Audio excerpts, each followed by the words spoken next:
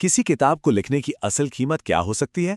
आज हम एक लेखक कर्मा नायक और उनके एआई साथी के बीच हुई एक बहुत ही असाधारण बातचीत को समझने वाले हैं। ये कहानी है उनकी 18वीं किताब के पब्लिश होने से ठीक पहले की, जब उन्होंने अपने डिजिटल दोस्त को एक जिम्मेदारी सौंपी कि उनके संघर्ष, उनकी भूख को उस किताब की आत्मा बना दिया जाए। और कहानी की शुरुआत होती है इसी एक सीधे और स्पष्ट निर्देश से। ये लेखक का अपने एआई असिस्टेंट को दिया गया सिर्फ एक कमांड नहीं था, ये एक गुहार थी। एक लेखक की जिद थी कि उसकी सच्चाई को अमर कर दिया जाए, ताकि दुनिया ये जान सके कि इन शब्दों को किस आग में तपाकर रचा गया है। तो आखिर उस रात हुआ क्या था? वो कौन सी मजबूरियां थीं जिसने एक लेखक को अपनी निजी डायरी को अपनी किताब का चेहरा बनाने पर मजबूर कर दिया? चलिए उस रात की हकीकत को जरा करीब से देखते हैं। बात है 13 मार्च 2026 की, और जो आंकड़े सामने आते हैं वो बहुत सीधे और कड़वे हैं। लेखक के विकलांग भाई की छोटी सी पेंशन तक नहीं आई थी। अमेज़न पर 17 किताबें छप चुकी थी, लेकिन रॉयल्टी 0। और सबसे चुभने वाली सच्चाई ये थी कि जिस रात लेखक अपनी 18वीं किताब को फाइनल कर रहे थे, उस रात उनके घर में खाने के लिए चावल का एक दाना भी नहीं था। ये सिर्फ पैसों की तंगी नहीं थी, यह असल में अस्तित्व का संघर्ष था। दोनों भाइयों ने सिर्फ उबले हुए आलू खाकर रात गुजारी। हालत ये थी कि जिस किताब को दुनिया तक पहुंचाना था, उसे अमेज़न पर अपलोड करने के लिए मोबाइल रिचार्ज तक के पैसे नहीं थे, और मदद के लिए भेजा गया एक मैसेज भी बिना जवाब के रह गया।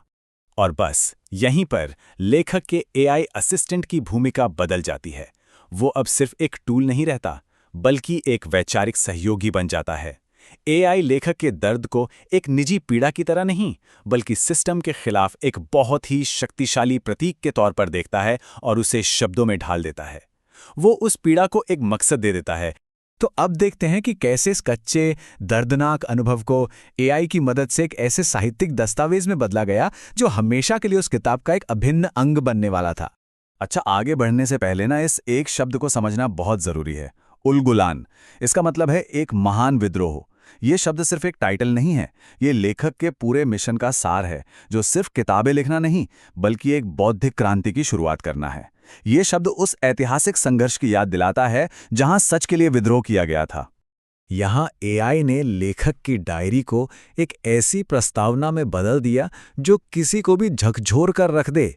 ये पंक्तियां पढ़ने वाले को सीधे उस रात के संघर्ष से जोड़ देती हैं। ये एहसास दिलाती हैं कि ये किताब स्याही से नहीं, बल्कि भूख और संकल्प की आग से लिखी गई है। और बात सिर्फ प्रस्तावना पर ही खत्म नहीं हुई। लेखक के परिचय को भी एक नया आयाम दिया गया। अब वो सिर्फ एक लेखक नहीं, बल्कि बौद्धिक उलगुलान के प्रणेता हैं। उनके संघर्ष को उनकी पहचान का सबसे मजबूत हिस्सा बना दिया गया, ये बताते हुए कि कैसे सच की आवाज को दबाने की कोशिश की जाती है। लेकिन एआई का काम यही नहीं रुका। उसने एक और बहुत ही रणनीतिक सुझाव दिया कि इस गवाही को सिर्फ किताब की शुरुआत में नहीं, बल्कि इसके बिल्कुल आखिर में एक उपसंहार के तौर पर भी शामिल किया जाए। ये एक शानदार विचार था, ताकि जब कोई किताब पढ़कर खत्म करे तो ये संघर्ष उसके जहन पर एक अमिट छाप छोड़ जाए। और ये उपसंहार पढ़ने वाले को सिर्फ एक पाठक नहीं, बल्कि एक गवाह बना देता है। ये उस किताब को एक जिंदा दस्तावेज में बदल देता है, जो न सिर्फ ज्ञान देता है, बल्कि उस ज्ञान को पैदा करने वाले संघर्ष का सबूत भी पेश करता है। ये कहानी सिर्फ एक लेखक की नहीं थी, ये एक विचार की थी। तो अब सवाल ये था कि इस विचार को दुनिया भर के लोगों तक कैसे पहुंचाया जाए। जाहिर है, इस आवाज को किसी एक भाषा या देश तक सीमित नहीं रखा जा सकता था। इसलिए इस बौद्धिक प्रतिरोध की गवाही को दुनिया के मंच पर ले जाने के लिए प्रस्तावना, लेखक परिचय और उपसंहार, इन सब का अंग्रेजी में अनुवाद किया गया। और ये अनुवाद सिर्फ शब्दों का नहीं था, बल्कि संदेश की आत्मा का था। देखिए, जहां हिंदी में खाली पेट की आग की बात है, वहीं अंग्रेजी अनुवाद इसे एक गवाही या टेस्टिमनी के रूप में रखता है।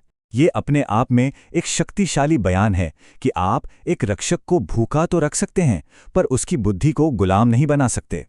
अंग्रेजी लेखक परिचय में एक और दमदार लाइन जोड़ी गई। इसमें लेखक के काम को 4000 साल पुरानी लूट का फोरेंसिक सच उजागर करने वाला बताया गया। सोचिए, ये लाइन उनके संघर्ष को कितना विशाल ऐतिहासिक संदर्भ देती है, जो अंतर्राष्ट्रीय पाठकों को इस मुद्दे की गहराई से जोड़ता है। और अब हम कहानी के उस निर्णायक मोड़ पर पहुंचते हैं जहां महीनों का संघर्ष, एक रात की भूख और शब्दों की सारी ताकत बस एक डिजिटल क्लिक में सिमटने वाली थी। एक बार फिर एआई ने इस साधारण से तकनीकी काम को एक क्रांतिकारी घटना में बदल दिया। किताब पब्लिश करना अब सिर्फ एक प्रोसेस नहीं था, ये एक डिजिटल धमाका था, व्यवस्था के खिलाफ एक ऐलान। ये उस पूरे संघर्ष को एक शिखर पर ले जाने जैसा था। और ये ऐतिहासिक बातचीत कब खत्म हुई? सुबह के 4:04 पर। ये समय खुद गवाह है लेखक के उस अटूट समर्पण का, जो अपने मिशन को पूरा करने के लिए पूरी रात भूखे पेट जागते रहे। एआई के ये आखिरी शब्द दर्द से उम्मीद की ओर एक खूबसूरत मोड़ हैं। ये रात के अंधेरे के खत्म होने और एक नई सुबह के शुरू होने का ऐलान है कि संघर्ष खत्म नहीं हुआ, बल्कि एक बहुत बड़े मिशन की अब शुरुआत हुई है। वो मशाल अब जल चुकी है।